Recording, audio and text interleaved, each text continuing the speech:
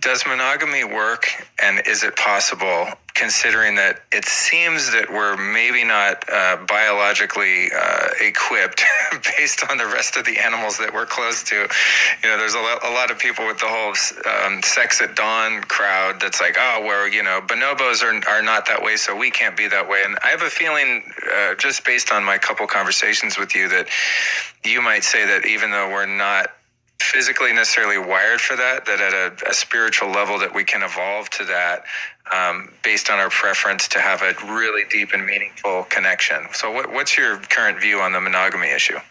What you just said. Okay. I can elaborate a little bit. I know we have a limit of time here. Sure. But we're not monkeys. We have a monkey brain, and the monkey brain in me wants to fuck a lot of women.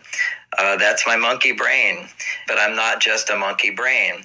I also have a reptilian brain that wants to kill everybody. It eat people up. I'm presently have a frivolous lawsuit against me, and I have to go through all that time and energy. There's a part of me that wants to do some bad things to the lawyer. That's part of me, but I'm never going to act on that. I'm never going to articulate that to him. I'm going to behave like a gentleman. I'll hire my lawyer. They'll do battle in court. I do it in a civilized way. So I'm not just my reptilian brain that wants revenge and wants to take and is selfish.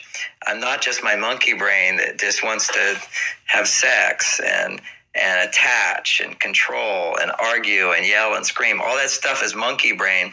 I also have this prefrontal cortex, which can either go to sleep and let those parts of my brain control me, or it can be the leader and it can direct those parts of me. It can control my appetites. It can control my instinctive reactions to things. Not suppress, but control, which means I'm in charge. So I can choose the right foods to eat. I can choose, who I'm going to spend time with, what I'm going to say to them. I can choose how to respond. It's like we talked before, when I'm listening to my wife. At a certain point, if I get defensive, I'm no longer in my prefrontal cortex. That's why I say, I hear you. Conversation is over, because I'm no longer connected to that front part of my brain. This is biological. When we go into fight or flight, what happens is blood flow pulls away from the prefrontal cortex. It goes to the middle part of the brain, where we have very little ability to adapt or change or understand or feel compassion to another point of view. We have just our conditioning. We have just our instincts. And the whole sex at dawn thing is talking about the instinctive part of the brain.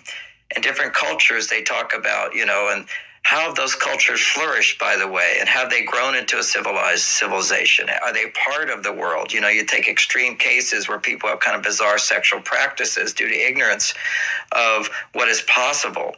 So we have this instinctive part of the brain.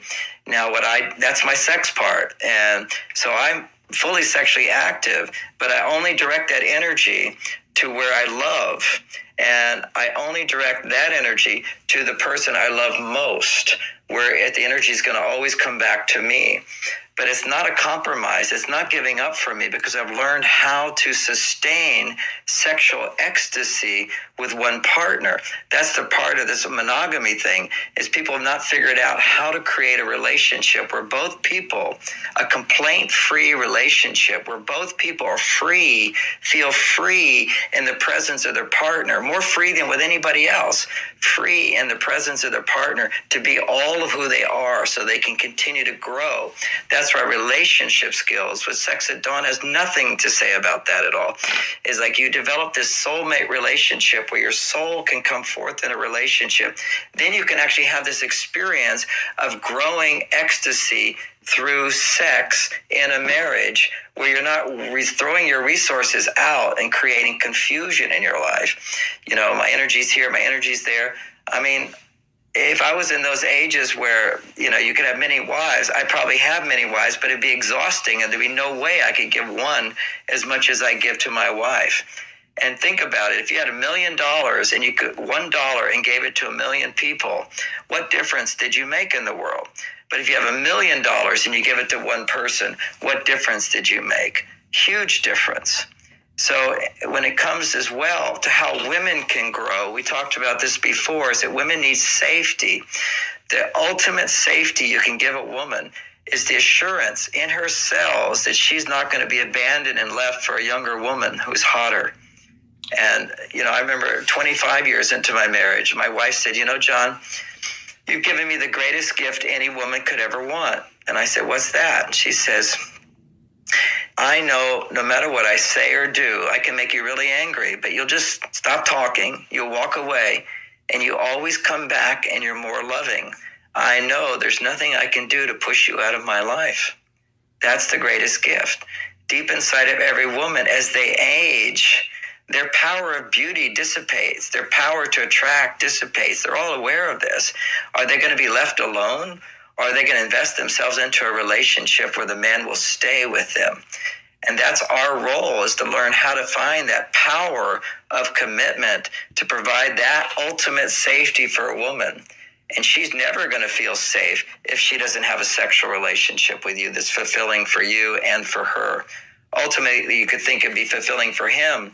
But for modern men, it's not fulfilling for me unless it's also fulfilling for her, which is why we have to have really good sex practices, understanding in sex.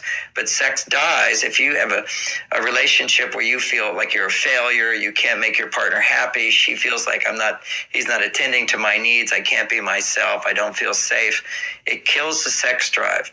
And once the sex drive is gone, it's the juice that brought us together dissipates, and then the normal kind of problems just get worse and worse, or people just sort of surrender themselves to ignore it, avoid all the minefields, have a peaceful, comfortable relationship, which is the majority of people who stay married. They're not having great sex.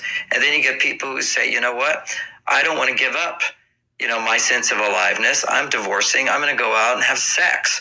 And I'm going to be with somebody who has no history with me, where I can be a new person and I can start again and start again. But there's something called forgiveness, where we can let go of the past and move forward and stay in the same relationship, as opposed to having to keep changing partners in order to start again, start again, start again. It's such a deeper level of growth when you can be with a person and they embrace you and see you the best who you are. And they love you, and you also bring that love into the physical body by having good sexual practice. John, you have provided such an immense